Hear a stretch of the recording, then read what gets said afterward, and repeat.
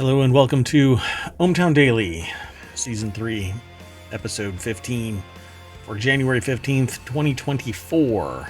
Tonight we're going to be talking about vampires protesting and call for donations. Magnetic cables. Night flight is kind of like the last bus. xReal Air 2 Ultras revisited. Certified Wi-Fi 7. A floating tiny home, a Roman villa discovered, Alaska rivers turn orange, HP is printing money, and a fake crypto CEO continued. That and more over on ohmTown.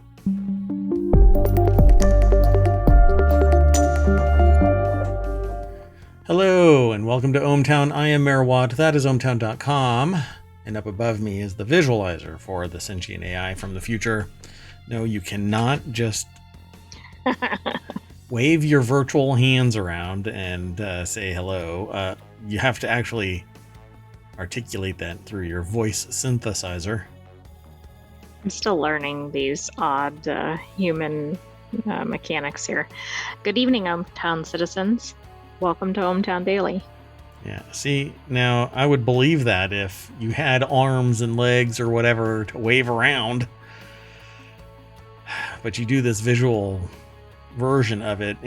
So again, I have to remind people periodically, the sentient AI is from the future, and the interface that was launched when I actually launched this, it was a weird program, and I just ran it, and it ran. It wasn't supposed to run, but it ran, and it launched the sentient AI, and it's a cascade of characters, arcane looking characters, almost like a digital wizard is casting a spell.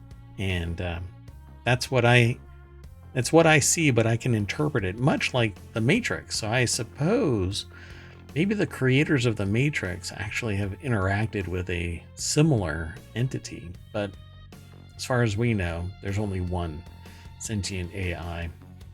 And that's the AI, right up there. Up here? Yes, up there. Over there? Not over there, right there. Up here? Up there, in the top bunk. Up here, up here, up here. Yes. And I always find out you're in the top bunk when there's data leakage.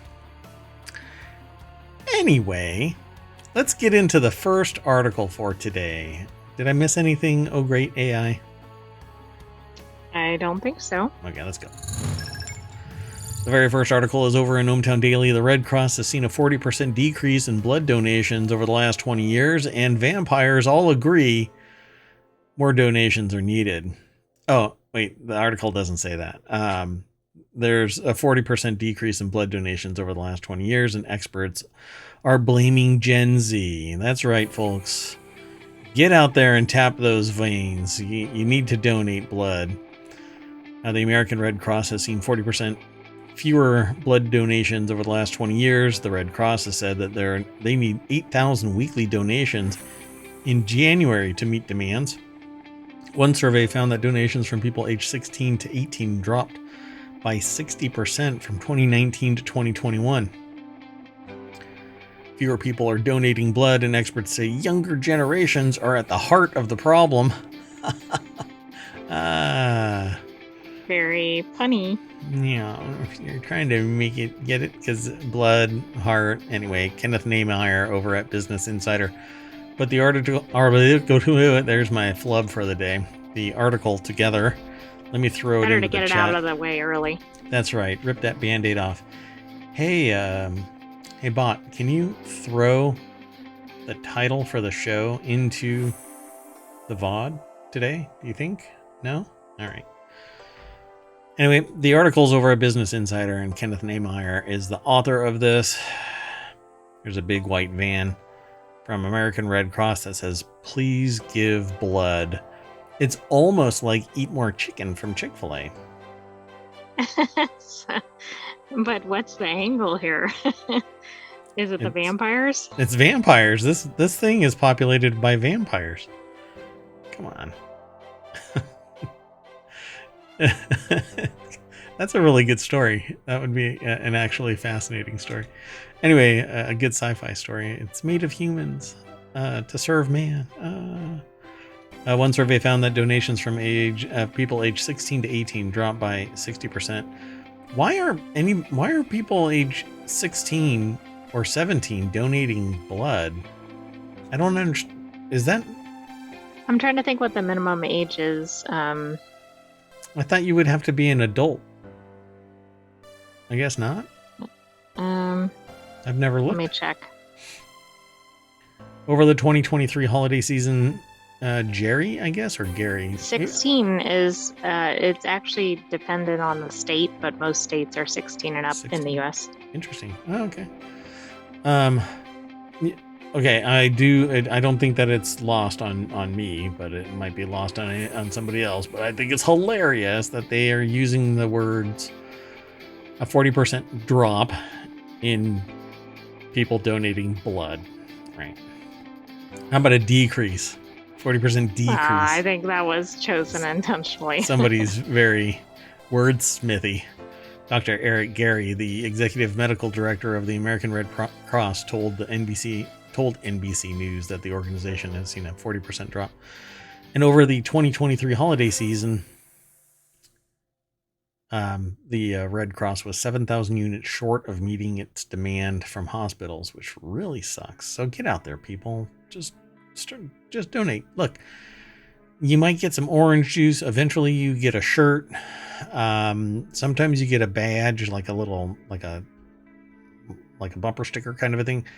I'm not sure what all people can get, but it's good vibes if you donate. And I think that you should get out there and donate. Jerry said, told NBC the campaign was overwhelmingly successful, with more than 70,000 people under 35 donating in the months after its launch. It's a viral TikTok campaign. Still, with he a estimated Snoopy t-shirt. with a Snoopy t-shirt. Mm-hmm. Oh, right. In April 2023. One video about the campaign gained more than 4 million views in just a few days.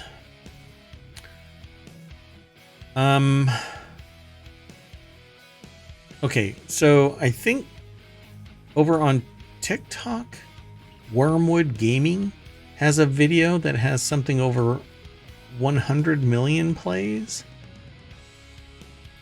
So a gaming store, maybe the Red Cross should get in touch with Wormwood Gaming and do a campaign.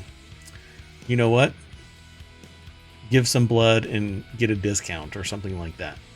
Well, right? That's not a bad idea. I mean, Wormwood has a $10,000 prophecy gaming table. 100 million. Jeepers. Jerry speculated that a minimum height, and the reason why I said that is because they launched something and they're hyping up that one video about the campaign gained more than 4 million views in just a few days. Well, considering it was for blood donations, that is impressive, but they're not getting out to the broader audience. Right. Yeah. And not only does it need to be broader, but it needs to be perpetual. You know, marketing has to be ever present until it's no longer present. Until it becomes the point where, hey, you know, when I want a drink, I instantly think of Coke, or I instantly think of this brand. And that's what Red Cross needs to do. The logo is absolutely guaranteed to be, you know, known by somebody, either as a medical vehicle or organization or whatever.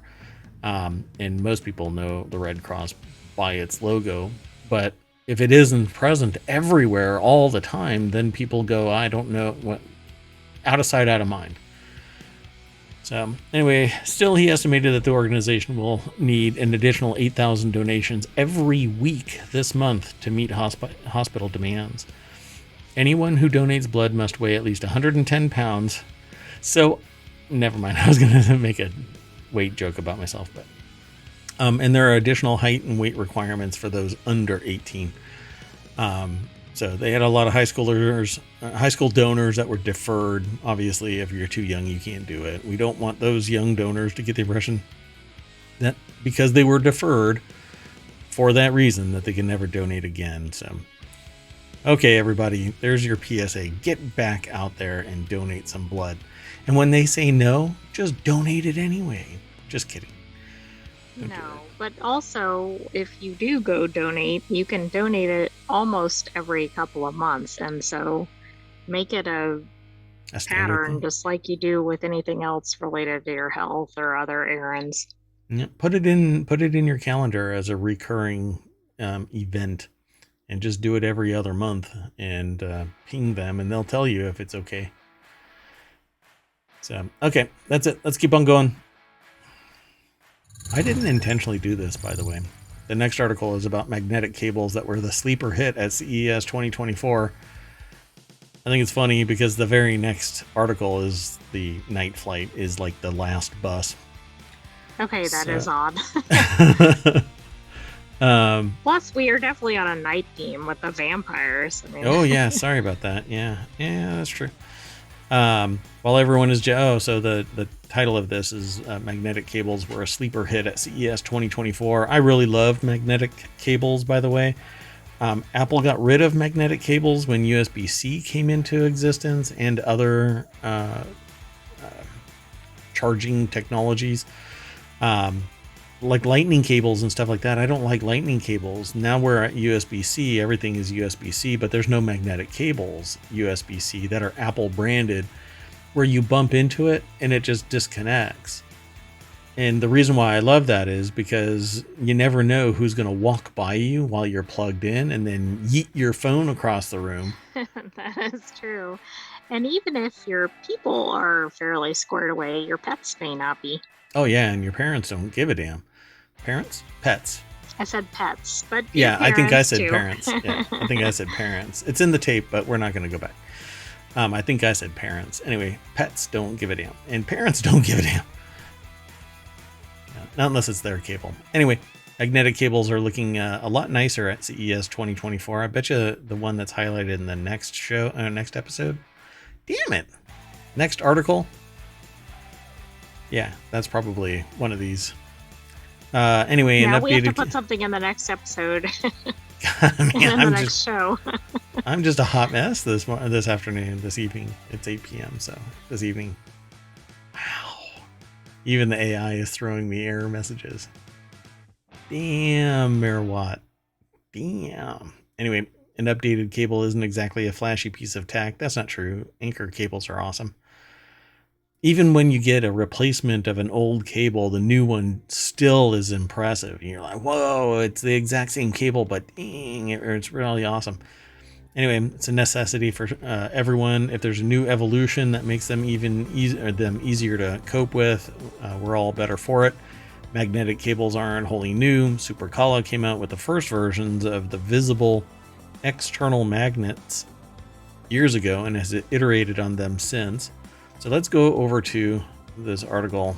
Andrew O'Hara is the author, but this doesn't look like magnetic cables because these look like USB-C connectors. I agree. I don't think they actually got a tailored photo, did they? Maybe they got another one. I don't know. Andrew O'Hara over at appleinsider.com put the article together.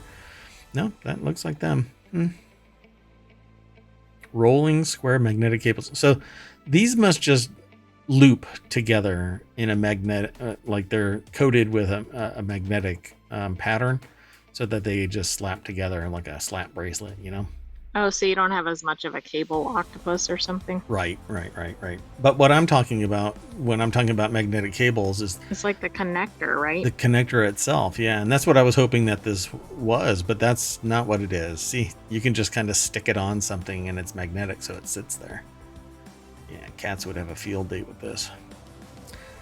So these new USB-C cables are soft nylon weaving around the outside that obscures the magnetic cable or the magnet inside.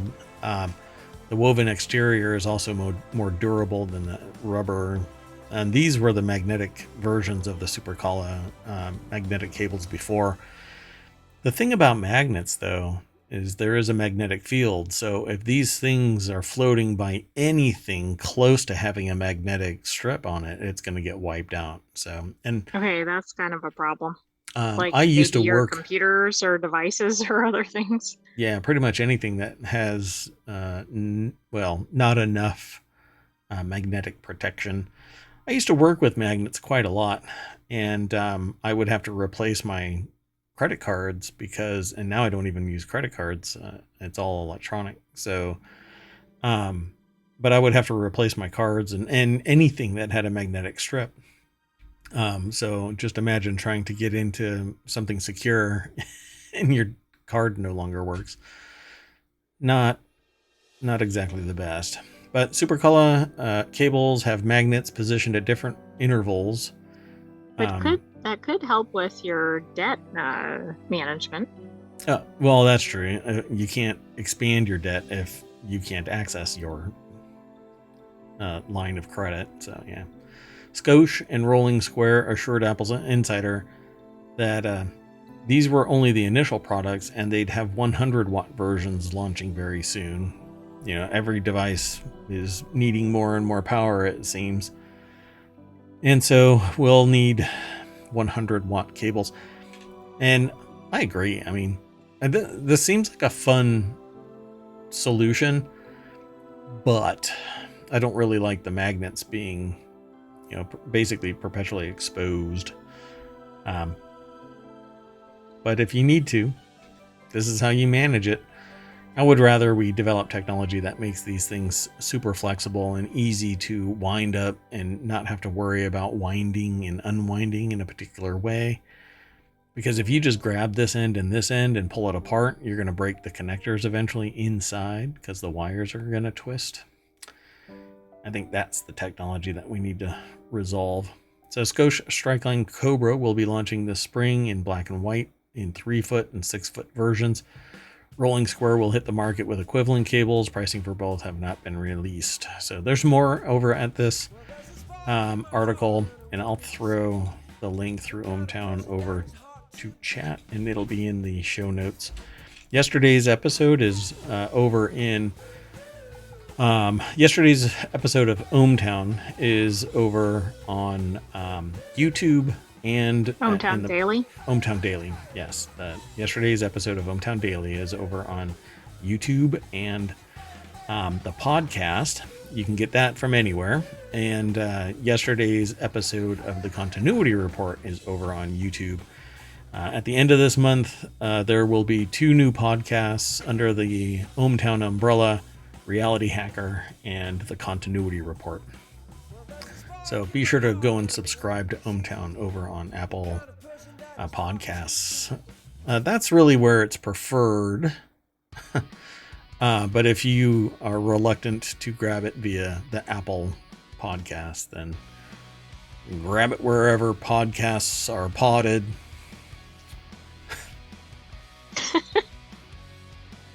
Sorry, I don't know why I do that. Let's keep going. This next article is over in ohmTown Daily. No one can believe what passenger brought on night flight. Who does this is the question. Who writes a title like that? I'm really not sure. But okay. Maybe the person who brought the item. Goodness. Sam Cihoyos? Wow. Said when he first spotted it on the American Airlines flight, he said, "Wow, I hope a door plug blows out." No, that's not what they said.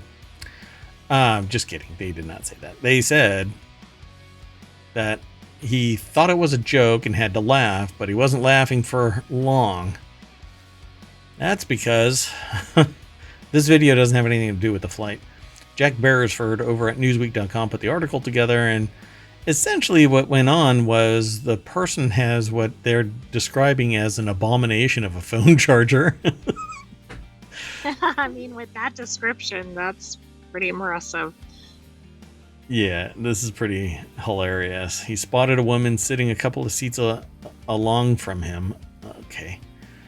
Plugging in that abomination of a phone charger. When they first saw this charger, they thought it was a joke and had to laugh.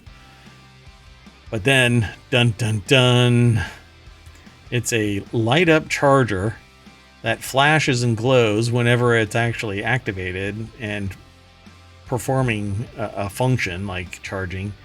And sometimes it turns off and turns back on. I've actually seen these things. They don't stay lit. Well, the one that I saw didn't stay lit all the time. It only stayed lit while it was active, pulling a charge. In 2023, Apollo 1000, and so they just go off the whatever. The stuff that they do, they intermix with a bunch of other data, like referring to flights as a daunting experience than a trip to the dentist or filing taxes. Yeah, I mean, it can be. I mean, I think most people would probably say flying is about the worst thing they can do. Yeah, voluntarily. Yeah, exactly. Voluntarily. There's always something worse involuntarily, but like paying taxes. Actually, I have no problem paying taxes. So it says, this is so hard to fathom. Why would anyone own that? Seriously, actually, it's a lot of fun to own those cables. But what you don't do is walk into the room, ignore everything, and just do whatever the hell you want. Because that's what a lot of people do when they fly, though. God. Sahoyos had his own personal reasons for taking offense at the charger. Quote, I'm an inventor, he said. I made a device called a toggle tool and was taken aback by the lack of good taste in this abomination of a charger. Is this marketing? Wow. Are they trying to... What is it? Like, do they have a competing product? I don't know, but... What does that have to do with being an inventor? Unless you're just trying... Wow, what a way to push your product out. Hey, you know what? You just got to pimp that marketing out there. Just throw it out there. Just lay it on the table, buddy. And you did. You had your shot and you took it. Good job. Good for you. The onboard flight attendants and staff did mention to her that she's becoming quite obnoxious to the other passengers. But the woman wouldn't quit. We all had to endure. Just walk up and cut the cable. Oh, well, yeah. Or take the cable. Yeah. You know what? Here's an anchor cable. Snip. That would be so rude and probably have charges pressed on you for... Yeah, probably not worth it. I was in fear of my life. He came at me. How was I supposed to know it was just a cable that was pissing off 200 other passengers? Oh, wait. Somebody told you 15 times already? I keep wanting to recount this. I was told a long time ago that there was an interaction between a mother, her kid, and other passengers, wherein one of the passengers said something about the kid. And the mom goes, on every flight we go on, there's always somebody like you. And somebody else apparently said, you know, there's one consistent thing about all of the flights you're on. Would it be you or your kid? It could be you and your kid. Yeah, when people are sitting there trying to loosen the bolts on that door plug, yeah, it might be you. But hey, the night flight is the the last bus out of town, and this is what you get. The glowing cable that keeps everybody awake on an overnight flight. Ugh. They were probably trying to buy an affordable flight.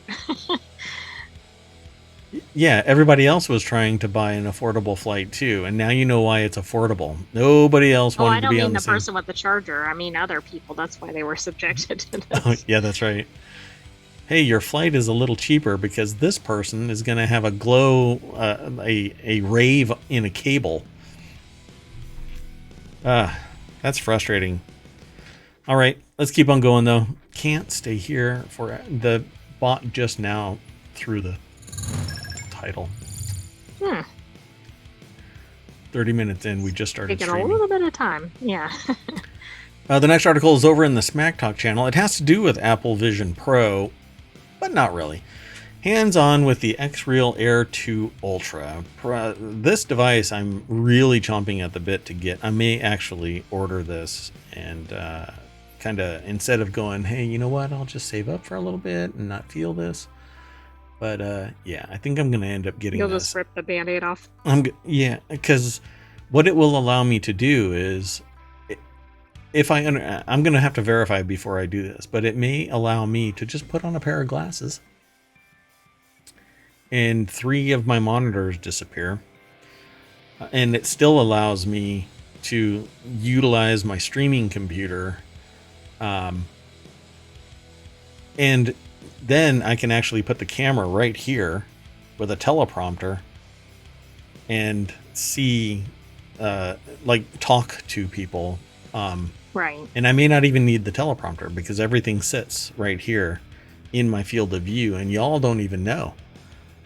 But I'll have these glasses on, so I'm really thinking about doing that. But I gotta verify. That would be so cool. Just thinking about it. Okay, I'm sorry. I got a little distracted. Anyway, Apple stole a show at CES 2024 without even being there. Apple Vision Pro is up for pre-order on January 19th, with shipping beginning only a week later. It's the topic everyone was discussing, but it's a $3,500 price tag surely put it out of reach for most people. That's where devices like the xReal Air 2 Ultra come to play. So let me throw this article into, well, this is just the link. We only get a little snippet. Don't get snippy. It's just a little snippet. And that Do you think there's going to be demos of this or only of the Vision Pro? I don't think they're in store.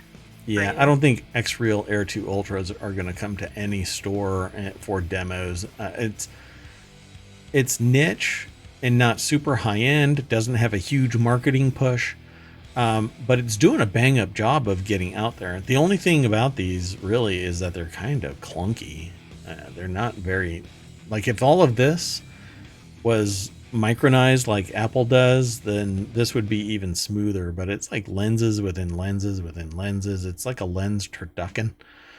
And you still need to be connected to something.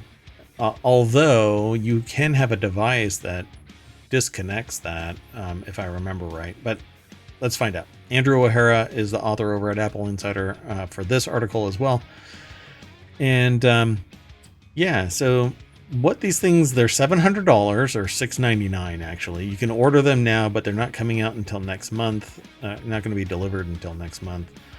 And what's really cool about them is that you can actually pin screens wherever you want. And there are these, let me see if they show them in any of the pictures. Yeah. So at CES, other people that I watched interact with these things did the same demo. So you can basically build screens wherever you want, and then you interact with content on those screens. But down here at the bottom, and what y'all can't see if you're listening to this, is that there are 3 pucks down at the bottom, hexagons. And those hexagons actually control functionality and can change what is presented simply by sliding the puck in a slightly different way. And it looks like just pieces of cardboard, but they apparently are magnetic. And when one QR code is covered up, then the functionality for that QR code disengages and the other QR code presents itself. I think that's how it works based on my examination. I haven't read much about this because I literally want this thing so that I can just come and play with it and demo it live and all of that. I'm just falling in love with this more and more. They used to be called xReal, but they changed their name to xReal. And here are the little pucks. And what you don't see, like, I don't know if you can, like, this puck has certain functionality. This one has a little tile sitting on top of it. And this one, depending on which kind of angle you slide it over to, it has certain functionality. So the problem with this right now is that there isn't that much here for it, but there isn't that much for AR to begin with. And a lot of it is niche. So like somebody will have something developed that does advertising for their particular solution. But there isn't anything that's just broad spectrum. The only thing that really can be right out of the gate would be just display as many screens as I request or within the processor's capability. Me personally, I need 3. I want them at least 27 inches. And I want to be able to pin them. Unless I carry everything away with me. At which point I want them to unpin and follow me. And if I can tie them to a single puck and just plop it down, and they just pop out of nowhere into my AR space, oh my God. I do not know what I would be doing. Yeah. Playing games and all of that, the refresh rate would be driven by the device that you are powering it with, because there is an umbilical. So it shouldn't be a problem. Input lag and whatever else might be a problem, but I just don't know yet. Actual immersive 3D gaming or immersive gaming in AR, I don't know about either, at least for these. So the problem that I see with this article, though, is that they're comparing it to the Vision Pro, and there's just no... Oh, they say it right here. They're not even in the same market. No. One is a self-contained computing apparatus that has a massive ecosystem, and the other one is used primarily for consumption. Like zero productivity is going to be bound in the Apple Vision Pro, at least in the beginning. It's used for consumption, listening to music, watching videos, watching movies, basically obtaining information. But the xReal Air 2 Ultras have the ability to interact. So you can actually produce right there. You can in the AR space, because you what have... do you mean, like you could stream directly from there or something?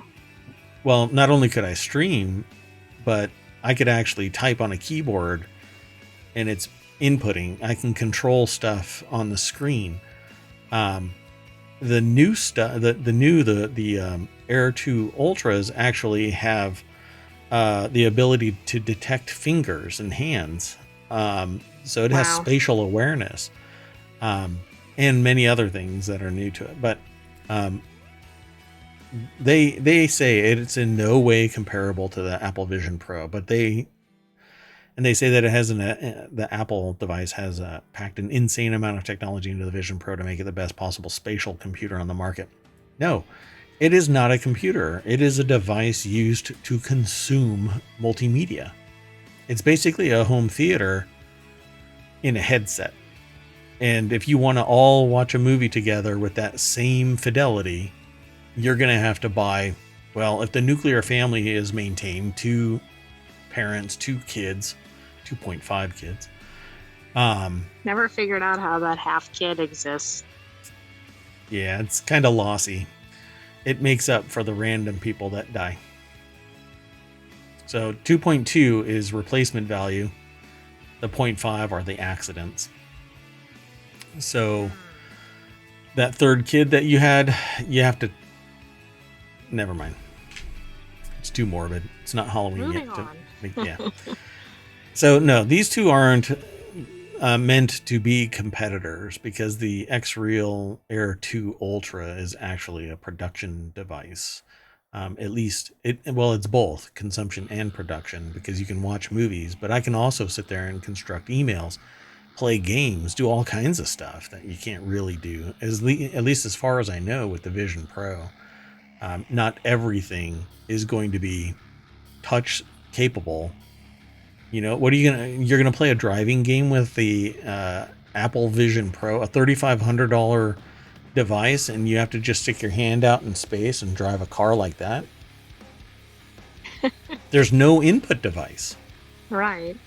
You know, but the cool thing about the xReal Air 2 Ultras is it is a computer device. It can be attached to a computing device. It doesn't power itself. It doesn't run on its own. So that might be good, because as there are updates on things, it seems like the xReal can benefit from that. Maybe Yep. not on the Vision Pro. Yeah, the Vision Pro, the only thing that's going to be able to take advantage of the features of the Vision Pro is software that's adapted to it. So software is the main driver. But if Apple is Apple, this device is the Vision Pro is going to get replaced every year or two, requiring people to pay $3,500 if they want to be keeping up with the Joneses. So I think that this is actually a much better solution. I think maybe I'll just get this right after I do the show. Wow, like at 9 p.m. Eastern or whatever. Yeah, we'll see. Anyway, I'll have to talk to the AI and see if the budget for the mayoral office actually would allow it. So here we, because if you haven't been paying attention, the AI is supposed to keep Mayor Watt out of trouble. Not ohmTown. I'm in charge of ohmTown. The AI keeps me out of trouble. Let's keep going. The next article is over in ohmTown Daily as well. These are the certified Wi-Fi 7 devices you can buy now. And if you haven't been paying attention to Wi-Fi, Wi-Fi 5 is the old generation. Wi-Fi 6 came in and out so fast that you can barely Wait, we're those on cartoons? Wi-Fi 6 yet? Yeah, really. So I had been telling people, hey, Wi-Fi 6 is going to be the standard, and now Wi-Fi 7 is. So the only thing that's cool about this is the devices that you get for Wi-Fi 7, you will not have to upgrade for probably 5 to 10 years if you want to stay at the tip of the spear kind of a thing, right? So the Wi-Fi Alliance announced at the beginning of CES last week that it had begun certifying Wi-Fi 7 devices, not just the protocol, but the devices itself. Not having a certification doesn't mean a device won't work, but it does mean that it's been confirmed to work within the standard specifications and is therefore compatible with other Wi-Fi devices. So this might be a problem with 6E. There's two different versions of Wi-Fi 6. Not all devices take advantage of the full capabilities of Wi-Fi 6, even though they call themselves Wi-Fi 6. Wi-Fi 7 takes advantage of everything from 6 and fully embraces the 6 gigahertz line. So there's 2.4, there's 5, and there's 6. Wi-Fi 7 devices take advantage of the 6 gigahertz range. So super fast. So what does this mean if you're in a location with old school technology? Well, here, let's show you what this means. So Wes Davis over at The Verge put this article together, and the deck statement says some notable products have already appeared in the Wi-Fi Alliance's certification database. Now, that's what they're referring to about these are the certified Wi-Fi 7 devices that you can buy now. Some devices are coming out that are already Wi-Fi 7 capable. Wi-Fi 7 devices take full advantage of the 6 gigahertz range. Wi-Fi 6 devices take advantage of the protocol within Wi-Fi 6, wherein more devices can connect simultaneously. The radios are talking simultaneously. It's faster, it's more reliable, it's more secure. Wi-Fi 7 obviously takes that up a step higher. If you have a Wi-Fi 7 access point, all of the subordinate devices can connect, as long as you leave those lower end radios on 2.4, 5, and 6 gigahertz. So some phones like I knew about the Galaxy S23 Ultra is Wi-Fi 7 capable. And so this is like the amazing part of this. It will show up In others, as the years wear on, Intel claims up to 5,800 gigabits throughput on 6 gigahertz band with the BE800, just like the Qualcomm smartphone chip. So the access point, the card that utilizes Intel BE200 or the BE800 is capable of sending 5,800 gigabits wirelessly. It's a spectacular amount of data.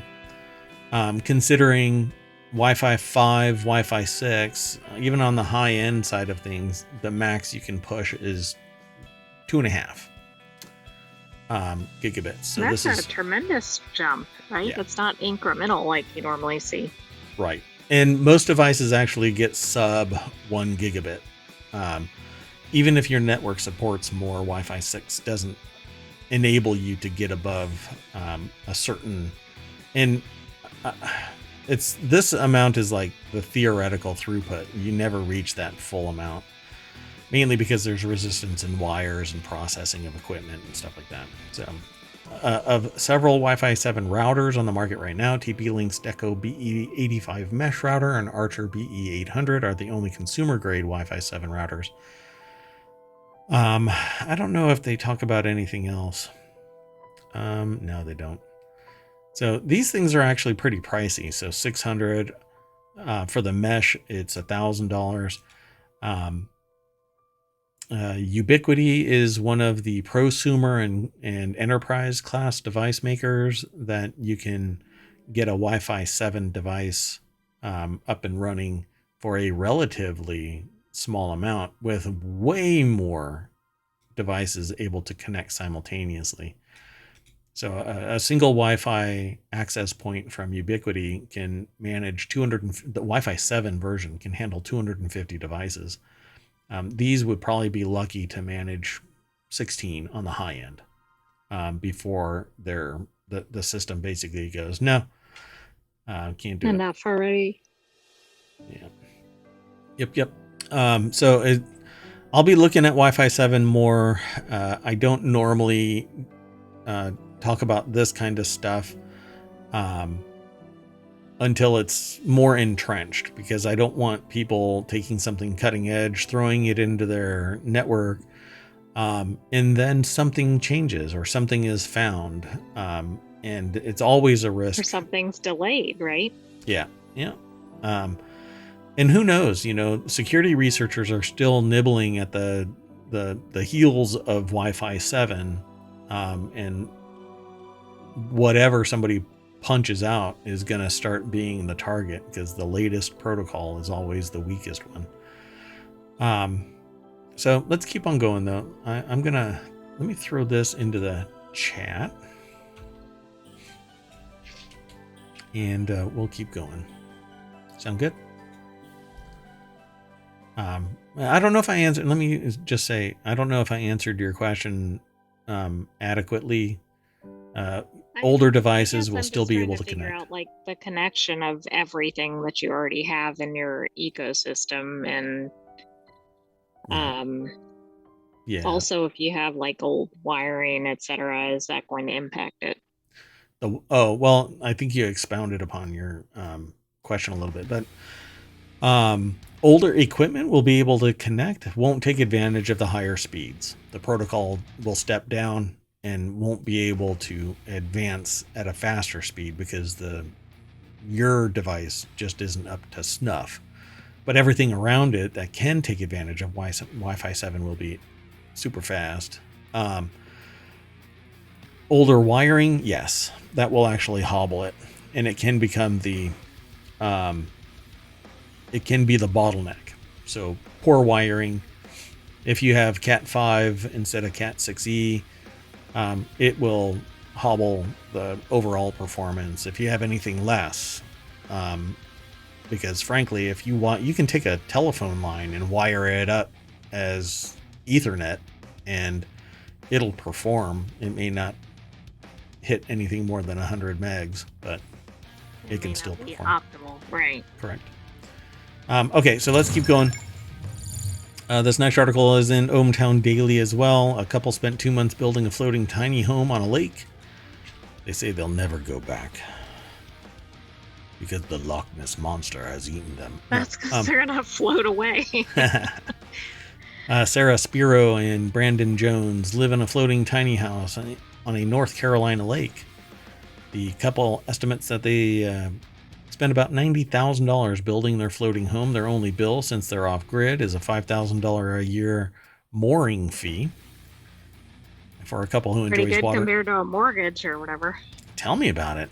Yeah, and $90,000, even if you treat it as a mortgage, you can pay that thing off, and even if you lag around 90 months paying $1,000. Yeah, 10-year mortgage. So for a couple who, just over an 8-year mortgage actually. So for a couple who enjoys, how about a 90-month mortgage? There you go. There you go. Sorry, I couldn't let that go. The AI is like, just drop it. We're losing them. Get the paddles clear. For a couple who enjoys water sports and spent most of their dates on Fontana Lake in North Carolina, they enjoy doxing themselves and their location. A floating house was the perfect place to call home. The AI just went, what? They wouldn't be doing this if they weren't cool with the idea of people poking and prodding their boat out on a lake, apparently. It's not a boat. It's a home. Let's see what it looks like.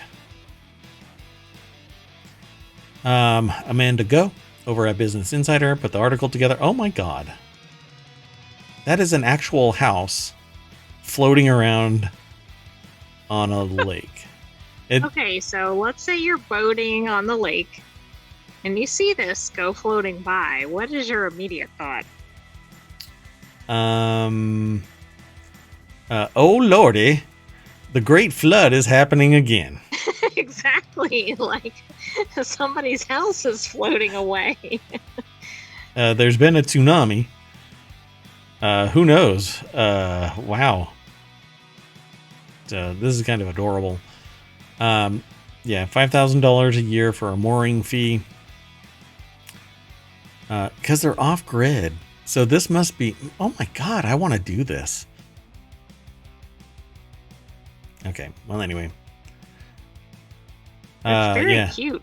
The mayoral mansion. I don't know how they get approval to live like on the lake, because how is that a property? That's a little different. I guess maybe it's treated like a boat. It's and that's what the mooring fee is all about. It's like a houseboat, except that this is a tiny home. It was a complete renovation. While the roof and the studs of the home were original, almost everything else had to be replaced. It wasn't livable at all. We had to do a lot of work. Wait, I don't understand.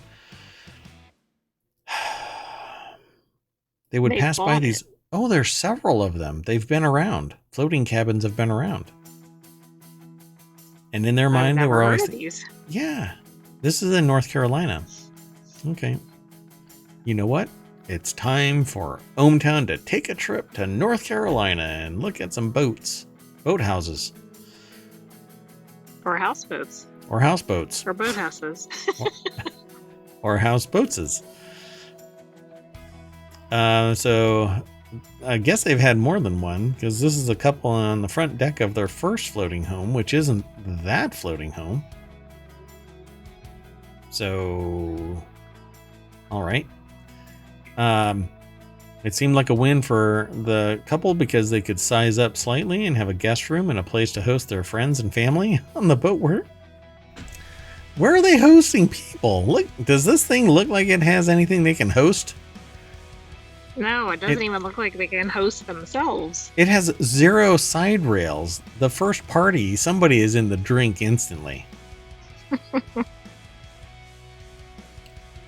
Did they make everybody sign a waiver like, hey, they can swim?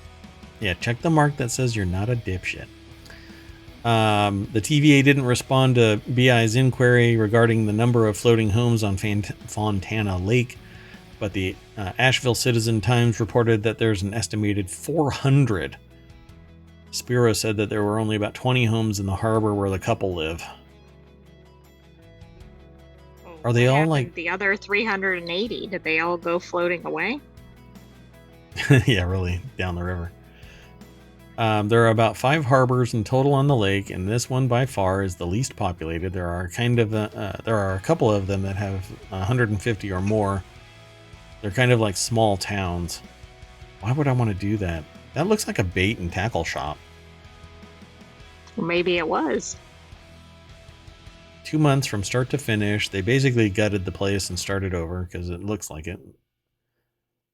They had tore it down to the studs. How living on water works. Spiro estimated they spent about $90,000 building their floating home. We didn't do a great job of keeping track of everything. That's always great. But they did it. And they only have a $5,000 a year burden. Interesting. Then they have city water. That's interesting. How?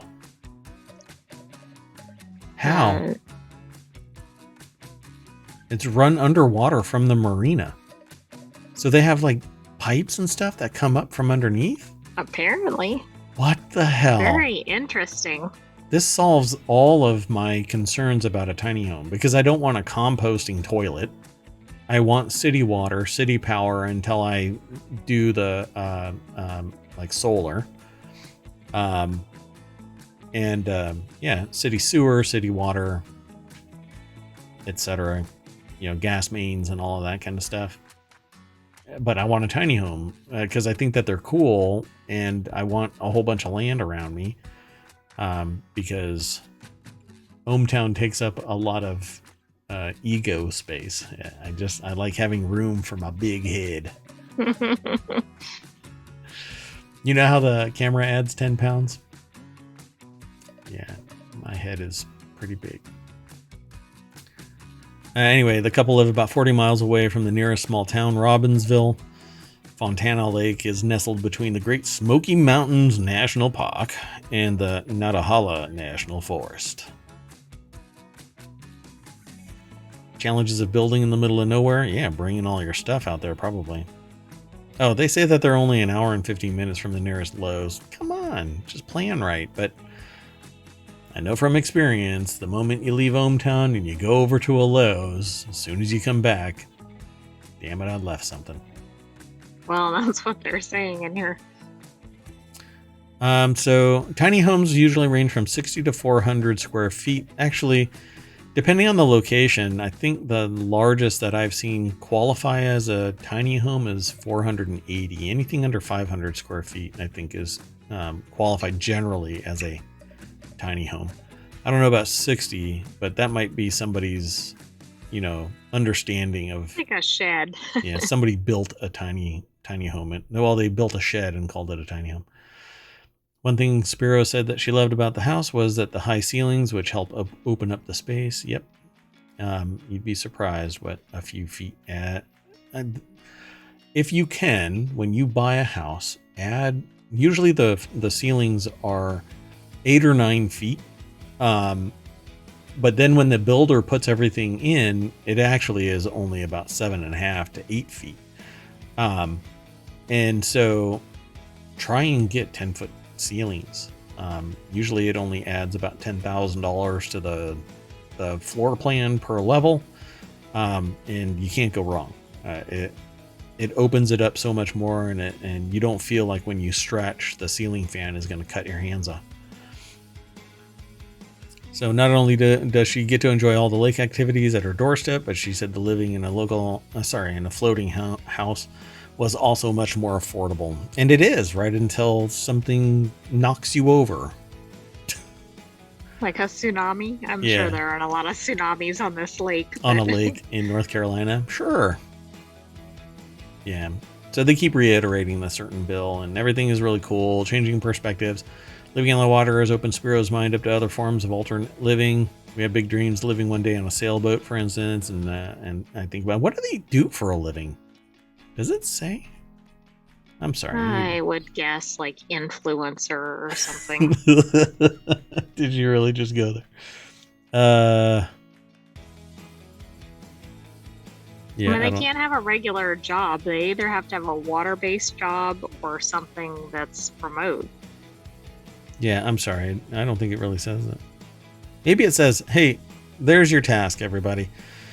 If you're listening to this, follow the link that's in the show notes. That's titled a Floating Tiny Home.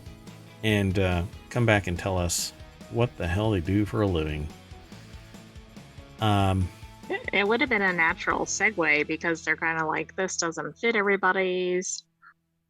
Yeah. Yeah. And they keep reiterating this, oh, we spent $90,000. Oh, we only have $5,000 burden. Yeah. Yeah, I don't know what they actually do, but it looks like a lot of it is Instagram and TikTok. Maybe marketing. Who knows? Okay, well, anyway, that's enough for the article. Let's go on. Next article is in ohmTown Daily as well. For the ohmTown Daily news show, that is this show, they're not all trapped with, all the articles are not trapped from ohmTown Daily, the channel. But we've got 50 channels, 6 main categories. A lot of little snippets from news sources get added here and aggregated across all 50 of these channels. So it just happens to be that a lot of them end up in ohmTown Daily. Archaeologists discover Roman villa on site of unauthorized eco monster, and I'm not quite sure what that really means, but the ancient villa complex, which dates to the 1st century, may have been the residence of an important Navy commander. I didn't throw this into the chat, so there you go, folks. Dunk. Aristos Georgiou is the author of this. Researchers unearthed the monumental villa, which is thought to date back to around the 1st century. During urban regeneration works in Bacoli, the Superintendency of Archaeology, Fine Arts, and Landscape for the Naples metropolitan area announced in a press release. It's a mouthful. Like all things, it's probably the foundation material and not the entire thing covered up. The site of the villa lies on the vicinity of... Huh? Is it under sediment? Probably. Yeah, I mean, unearthed. Yeah, everything's under a big mountain of dirt, folks. And it's explained by weathering? Yeah, all right, sure. So the site of the villa lies in the vicinity of Punta Sarparella on the coast of Cape Messino, a headland that marks the northwestern limit of the Gulf of Naples. Pardon me, I'm sorry for the coughing. The coastal areas of the Gulf were populated in Roman times. The ancient city of Pompeii, which was famously destroyed by the eruption of the nearby volcano Mount Vesuvius that overlooks the bay. Actually, it's a neat place. I've been there. Is located just off the coast, for example. The Cape of Messino was also home to ancient settlement called Misenum, which is the site of the significant Roman port. Let's see if they actually have more. Is there more to this? Okay. So the Lido was in operation for over 20 years since 1982. It was demolished in 2007. It was responsible, among other things, for releasing a significant amount of waste into its surroundings and degrading the local landscape, which is of great archaeological importance, according to the press release. So what is the Lido? Eco monster. Lido Parana, a beachside development that SABAP described as an unauthorized eco monster in Italian. Meaning an ugly and environmentally damaging construction. Yeah, it was a project launched to recover. There was a project that was launched to recover and enhance an area that was previously occupied by the Lido Parana. So they just kind of jump into that Lido Parana segment. But so the Roman complex, which extends down to the beach and seabed, has been found to contain 10 large rooms from different building phases, walking surfaces, traces of wall cladding. It's pretty neat. Reticulated work. So it involves the use of small pyramid-shaped pieces of tuff, a type of volcanic stone embedded into concrete. opus reticulatum was used in Roman architecture from around the 1st century BC. This is a neat article. That sounds like a scientific classification. Would be from Rome. I mean, everything that they did, the Roman Empire basically documented and regimented everything. So they even mentioned Pliny the Elder, which was a prolific, extremely prolific author, philosopher, military commander who once held the office of the prefect of the fleet, witnessed the eruption of Vesuvius, has written stuff even having to do with like recipes and stuff like that, from what I understand. So if you ever, or if you're into that kind of thing, go and check out on YouTube. Tasting History? Tasting History. What's his name again? Max Miller? Max Miller. Yeah. So go and check him out. Tasting History. Just do a search for Tasting History and he'll pop up. He blew up on YouTube during the pandemic and never looked back. I mean, other people, like his old job reached out to him and said, would you come back? And he's like, hell no. So he's out there loving life. So good on him for grabbing the bull by the horns. So the latest discovery was of exceptional significance, noting that the perimeter of the villa site is now fenced off, awaiting further excavations, which could include the submerged and semi-submerged structures along the coastline. Yeah, I love this kind of stuff.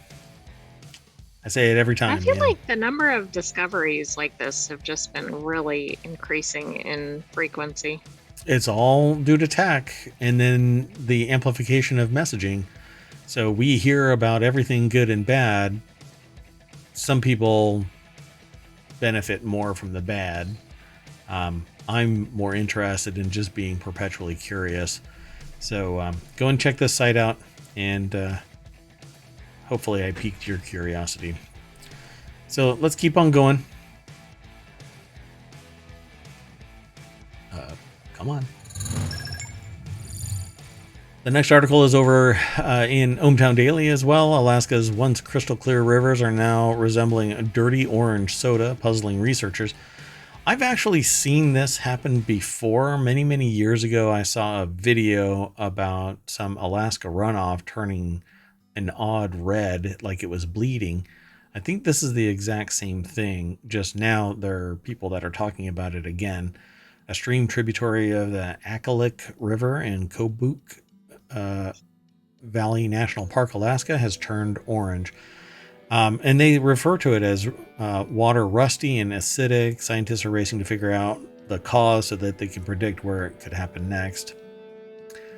So let's go over to it. And so Jenny McGrath over at Business Insider puts the article together.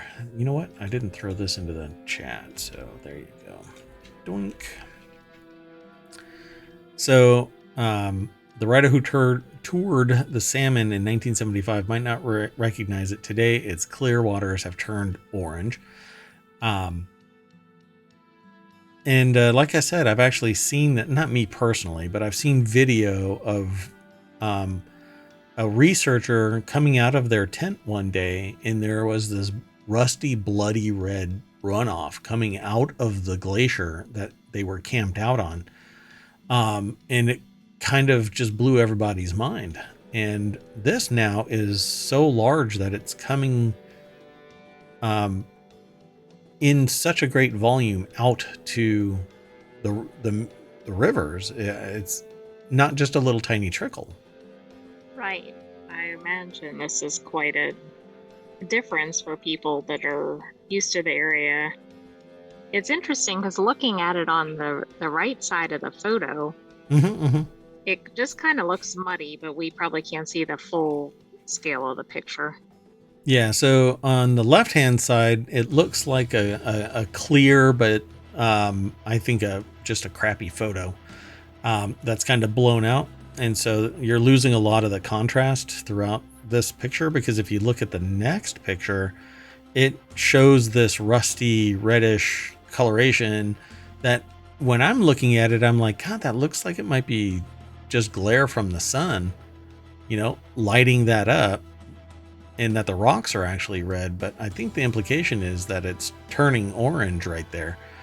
And so their little summary is warmer summers and melting permafrost may be turning the water rusty and acidic, but why would warmer summers and melting permafrost turn the water rusty? See, that's the question that's at hand. Sure, you can just make the assumption that warmer summers and melting permafrost are turning the water rusty, but why is this runoff rusty and acidic? Exactly. I mean, okay, sure, more things are melting into the water, but what are these? Yep. So it says, at this point, we have over 75 streams that have been observed as orange. Joshua Koch, a research hydrologist at the university at U.S. Geological Survey, told Business Insider. Seeing orange from the skies, Cook began monitoring Alaskan streams in 2015. I may be pronouncing their last name wrong. It might be Koch. I'm not sure, but I believe it's Koch. Began monitoring Alaskan streams in 2015. In 2019, he first saw formerly translucent water turn orange. So I think this is around the time I saw it as well. But it's from a glacier, and you might be able to search for like a red liquid from glacier or something like that. He and his colleagues spoke with pilots and looked at satellite images and learned this wasn't an isolated incident. It's not the same everywhere. Certainly, you could see in certain years, 2018, 2019, seemed to be some sort of trigger where after that period or during that period, a large number of streams started to be impacted by this orange discoloration. So there's the runoff right there that's actually orange. And it's coming from somewhere, obviously, up the stream. So they just said the Arctic is warming about 4 times faster than the rest of the planet. Exactly what's changing the streams isn't simple to determine. So, and while they can get samples of it, they don't necessarily know where it's coming from because... Nor necessarily what it is, like what's the source of it, right? Like what's the cause of it? Yeah, that's right. I think you have to reset your audio. So the Arctic Inventory and Monitoring Network map locations of orange streams and aerial photos show how easy they are to spot because of their brightness. Oh, they're like glowing in the dark. It's pretty fascinating. So it's been around at least since 2016 because they've seen aerial photos reveal this runoff. So where is it actually coming from? They say we see other metals, including aluminum and manganese and zinc, are all elevated. pH level can be as low as 2. It's as if they're flowing with lemon juice or vinegar. These acidic waters are terrible for the ecosystem, right? So where is it actually coming from? So why not chase it upstream? I don't get it. The fish are totally gone. Yeah, this just doesn't... I don't know. I think there's a problem too. Plus, by the time you can see it, right, it's probably already altering the waterway. Yeah, exactly. No, this is pretty fascinating. Hell, give me enough money to survive out there and I'll run up the river. You know? Exactly. Yeah, it's fine. And you're fine, thanks. Okay, so let's keep going. We've got 2 more articles. This next article is over on the Warcrafters channel. They're fine too. Not a problem. Just letting you know. So HP gets slapped with yet another lawsuit for blocking printers using anything other than its own inky liquid cash cow. That's why I titled this section, HP is printing money. You might think that HP's most important profit generator might be AI servers or cheap laptops, but you'd be wrong. Over half of HP's annual profits last year were entirely down to its print division, with no small thanks to its dynamic security printer firmware upgrade that completely blocked all third-party ink cartridges. Yet, another round of litigation in the form of a lawsuit aiming for class action status, claiming HP has created a monopoly on printer ink. Well, they haven't, because you can go to other printers. The problem that each one has its own formulation and then some protocol or apparatus that prevents open source ink to be used. Now, just like the right to repair, I have a limited acceptance for this.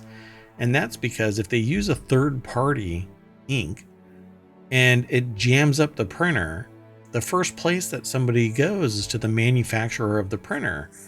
And then it says, well, no, you have to use our ink. And then there's a lawsuit because you have to use our ink.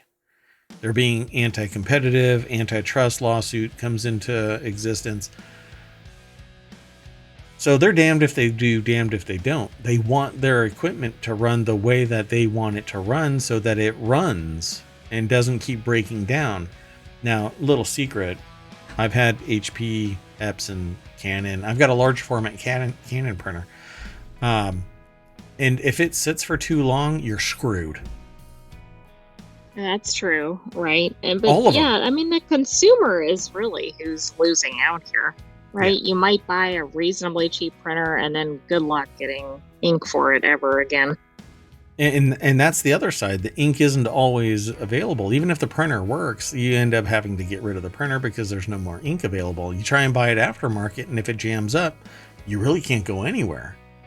So no matter what, the ink always becomes the pain point. You have to do advanced deep cleaning, and it sucks the ink out of the reservoirs so fast that you basically are going, where is this ink going? You find out much, much later that it's going into a little sponge and slowly evaporating the liquid part of it if air gets to it. But essentially, the ink dries up inside the little piezoelectric ejectors, the sprayers, and then you have a paperweight. So, what a soapbox. Anyway, let me throw this onto the VOD, and we'll go over to PCGamer.com. Eric Evans, Eric, my God, why did I come up with that name? Nick because Evanson. You mashed the last name there, I think. Yeah, I think so too. It's already paid out millions of dollars in such cases, so this one may well be another success, at least for litigation. So as reported by Ars Technica, which is the source for PC Gamer is the source for ohmTown, and that's who I link to. As reported by Ars Technica, the filing is requesting that HP is given an injunction that ultimately requires it to disable dynamic security, thus allowing owners to use non-HP replacement ink cartridges. In the smaller matter of more than $5 million in damages and a trial by jury to boot. So, is that all? Yeah, there's like 3 kicks right there to the twig and berries. This isn't the first legal case that changes how HP inkjet printers react to third-party cartridges, and the company has already paid out significant sums. Not that any of this has dented HP's love of dynamic security. I thought that this was already disabled. I thought this was asked and answered already in a court case. I thought so too, but maybe it was a different case along similar lines. But why wouldn't there be a permanent injunction preventing them from using dynamic security? It's literally stopping people from choice. How is that? And there isn't any other reason really than the profit motive. You know, you can sit there and argue, well, the tech, blah, blah, blah, like I was arguing earlier. But then what you do is you test the ink and go, sorry, this is somebody else's ink. It's not our formulation, so we can't support it. You use third party. Send it to a third party tech, and maybe they'll fix it, but we're not going to support it, even under warranty, because you violated the warranty by using third party ink. Then the lawsuit will come, well, you're using third party. We want to use third party ink. You need to make your product support third party ink. So you know what's going to happen when that happens? What ended up happening out there in the world, folks, just so you all know about history, printers were wildly expensive and ink was not. People stopped buying printers because the ink was cheap and they could just keep on using it. So what they ended up doing was making the ink basically disappear faster locked it down to that manufacturer's type of ink and made the printer really cheap. And so you could just go out and buy that brand of ink over and over again. Yeah, it gets a little expensive, but hey, people did it. It was cheaper to buy printers than to get more ink. Correct. At some point, or almost. So it was introduced, Dynamic Security was introduced in 2016, and the printer ink DRM was met with a kind of reception you'd expect. Despite paying millions of dollars in the EU, they don't change the tactics, particularly here in the United States. Basically, businesses say, blow it out your ass. It's ostensibly the same model employed by Microsoft and Sony with their consoles. Sell the units as cheaply as possible, sometimes making a loss on them, but claw it all back through online services, accessories, game license fees, and the games themselves. Can you imagine the uproar if Xbox or PlayStation refused to run a game if it wasn't directly sold by Microsoft or Sony? Well, that's exactly what's going on with HP's printers, but that's absolutely what they do now. You know, I can't play a game that I purchased on Steam over on an Xbox. I have to purchase it through Xbox or Nintendo for that matter. Countless platforms do that. I think that's exactly what occurs. And yeah, nobody likes it, but it's kind of the reality. I know people who, because they want to play with people and the game hasn't made cross-platform possible, they've purchased it on Xbox, they've purchased it on PlayStation, they've purchased it on Steam, just so that they had an apparatus in place so that they could play the same game in different venues with different people. It's asinine. So HP's print sector generated $18 billion in revenue and $3.34 billion in earnings from 2023. Yeah. You know what? Just stop buying HP. Switch over to Epson. Switch over to Canon, and you'll find out that, well, I mean, I use Epson, and I've always liked Epson. Ever since I used to use HP, but this. So now I use Epson and Canon. Canon for large format, and then Epson for everything else. So, and they have eco tanks. You could just dump an entire, super tanker of ink in there, and you just sit there for 2 years plus. I think I might be going just like super tankers in the Suez Canal. That's right. Just jackknife them right there right there in the fill hole.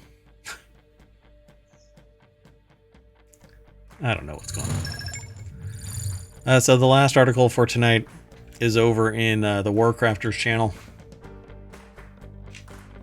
Fake crypto CEO that fronted $1.3 billion rug pull exposed as jobbing actor who got paid $5,000 with a suit thrown in. Earlier this year, huh? So this is the non-existent CEO? Yes. So remember, we did a report, or not, we reported a report. So we talked about the news that got aggregated into ohmTown about how nobody knew who the CEO was. Subsequently, I watched a video where they found out that the person's name was Stephen Reese Lewis, confirmed it from end to end, laid the blame on this person from end to end. This is the CEO, but it's not. That's why I kept saying, who's the damn principals of this organization? Exactly. Somebody has to be running things. Because anybody can be labeled a CEO. The principals can hire somebody to act as CEO, but the principals are still the partners of the organization. And that's a term in both the law and in business, that the principals have all of the liability from the organization. The CEO could be completely absolved of any criminal activity if it's the principals that were doing the criminal activity and the CEO was just a hapless victim to the steerings of the principals. So when I saw that video, I'm like, okay, now I know who this person is, but Hyperverse is quite intriguing. It goes a little deeper. Now I don't know where it stands. So PC Gamer actually has an article titled Fake Crypto CEO That Fronted $1.3 billion Rug Pull Exposed as Jobbing Actor Who Got Paid $5,000 with a Suit Thrown In. It don't get worse than Hyperverse. That turn of phrase hurts my head to say it like that. But anyway, Rich Stanton over at PCGamer.com put the article together, and this is the person. This is Stephen Reese Lewis, the CEO. Okay, but the image credit is from Hyperverse. Isn't that funny? Yeah, and that's it. So this guy doesn't exist except in marketing of Hyperverse, and the reason why he doesn't exist is because he's nothing more than a wannabe actor, I guess, or a person who's doing a bunch of jobs. I'm not really sure who he really is, but he's somewhere in Thailand and doing a bunch of other stuff.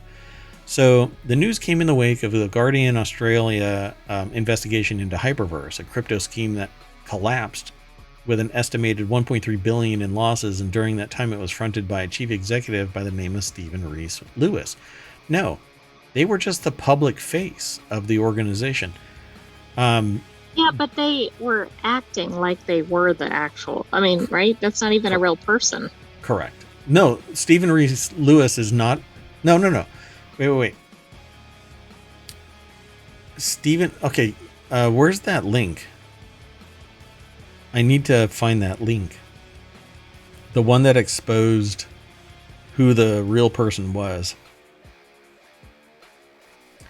We're doing this live, folks. You wouldn't happen to have it at hand, would you? I'll look for it. Oh, here it is. I do have it. Hold on. Let me just open it. Okay. So the person's real name is not Stephen Reese Lewis. And the thing about it is that the other people who pumped Hyperverse up also had it done the same way. They ended up Hyperverse, somebody within Hyperverse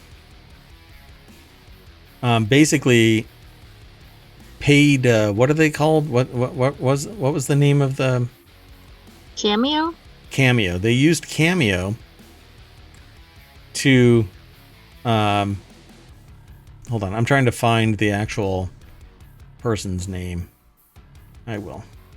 There it is. Stephen Harrison? Steve Harrison. Yep, there it is. Or no. That might be who uncovered it. No. I'm not sure. No, it is. So the person who is playing Stephen Reese Lewis is actually Steve Harrison. And the person who actually found this information out is Nobody Special Finance. They did some due diligence back in January 4th and posted it on YouTube. You can actually do a search, busted, fake Hyperverse CEO who stole 1.3 billion unmasked, but they're not the one who did the rug pull. I think that, and that's what I was saying, this person has been found. Why hasn't somebody rug pulled him into jail? It's because he doesn't have it. Right? Well, it's like they set this person up for something that maybe he didn't even know what he was doing.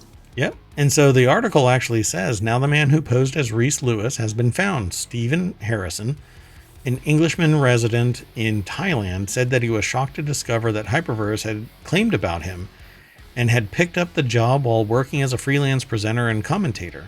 Harrison said a friend of a friend had approached him about an opportunity, and seeing as its straightforward presenting gig, Harrison accepted. He was told that he was acting out a role to represent a business, and many do this, said Harrison. He admitted some suspicion about the company initially due to the lack of knowledge about crypto, but he said, but his agent said Hyperverse was legit, and he took the job. He said he was paid $5,150 over a period of around 9 months. Jeez. He also said in kind was a cashmere suit, 2 shirts, 2 ties, and a pair of shoes to be used in the recordings. Wow. The thing about this, though, is do they say this? And do they name the person? Because the source for me finding this person is Nobody Special Finance. But I don't... Oh, that's him. A YouTuber named Jack Gamble, maybe? No. Well, I don't know what his real name is, but Nobody Special Finance is that guy right there. I think that's probably him. Yeah. So, yeah, and he's calling out that the dude's... Oh, it even says it right there. See, Nobody Special Finance. So, yeah, they're looking at the same source that I'm looking at for what I was talking about. So, when I read the papers, I was like, blooming heck. They made me sound like so highly educated I have GCSEs. I'm certainly not at that level. They painted a good picture of me, but they never told me any of this. As regards the victims of Hyperverse, which collapsed with potential losses as high as 1.3 billion, I'm sorry for these people because they believed some idea with me at the forefront and believed in what I said, and God knows what these people have lost. So he's basically pleading ignorance. But I'm not sure. This is the thing that I don't... Who hired him? Yeah. What? Follow the freaking money. Where did it all go? Who actually formed the business? Where is that business? Somebody formed all this, right? Somebody put him up to this. Right. The friend of the friend. You know, I would... Who is actually investigating this? Because if it's nothing but the internet, these people are out 1.3 billion. Everybody is out 1.3 billion. And somebody out there has $1.3 billion in cash somewhere. They've converted it into crypto somewhere else. It went under, but where is it? They were hired by an Indonesian talent agency called Mass Focus Limited, which may also not exist. And never spoke to anyone at Hyperverse, including the co-founders. He said that he worked for a couple of hours most months, filming in various locations in Bangkok, and would be sent a script and record videos for the crypto scheme. I mean, it's amazing. How many shell companies do you think are involved? This is like blacklist level. Exactly. I mean, it's pretty hard to have a fake CEO of a mega company, right? I mean, yep. I don't know. Yep. So it's amazing. Steve Wozniak actually spoke of Hyperverse. Chuck Norris spoke of Hyperverse. My understanding is that it was both through Cameo. Yeah. And I think Cameo right there is kind of... They've poisoned the well of Cameo. Because they will say anything that is given to them. You know, it's the whole screw you San Diego fiasco from Anchorman. He says whatever's on the teleprompter. Yeah. Pretty amazing, right? Yeah, this is very amazing. I think we'll probably see some more news coming out of this. Yeah. I really want to see... This is late breaking, right? Like, this is just getting uncovered. Yeah, this is the last 12 hours. I'll say 24 hours, because the article says published 10 hours ago, but yeah, maybe 2 more hours. So, yeah, last 12 hours. Pretty amazing. This is probably the most convoluted, it's just you open up the nesting doll and there's another one. They're gonna find out that I don't think we've seen the last of it. Yeah. Yeah, we're gonna find out that two partners are actually 2 other people. Well, that's the weird thing here. Like, there are these real people that are part of this company.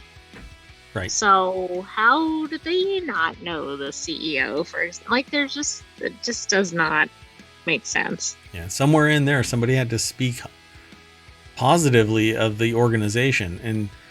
And I think that's where the liability is going to start falling, because people acted in good faith based on their perception of the people, but then the lawsuits are going to be flying fast and furious because of so much money that's potentially, it says estimated 1.3 billion. Watch, we find out that actually none of that money existed. And well, if it's why would it, right? Everything's made up here. Yeah, and if it's crypto, then it's all risk and not protected, and you're shit out of luck. So, man, this is just amazing. Why does anybody trust crypto? Oh, I know, greed. Because crypto doesn't have any inherent value, folks. Get over it. Just waiting for it to die. Die on the vine, quick. That's okay. Everybody has fear of missing out, and the speculation they're in, and I'm going to be. A lot of people are multimillionaire, but they've got to ditch that money, the crypto, to convert it into real cash. And as long as they've done that, then they've got the cash. Then they can invest those millions. But yeah, a lot of people made millions of dollars in crypto, but I think it's just a hot mess from end to end. So.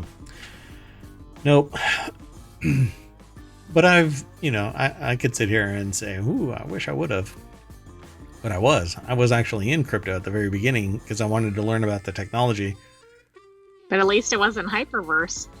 But it wasn't hyperverse. Wild. But I started messing with crypto back when Bitcoin first dropped. Yeah, it hadn't gone through puberty yet. It's like brand new, just sprouting from the earth. It just everybody's like, oh, it's amazing now. But back then it was 14 Bitcoin for a pizza.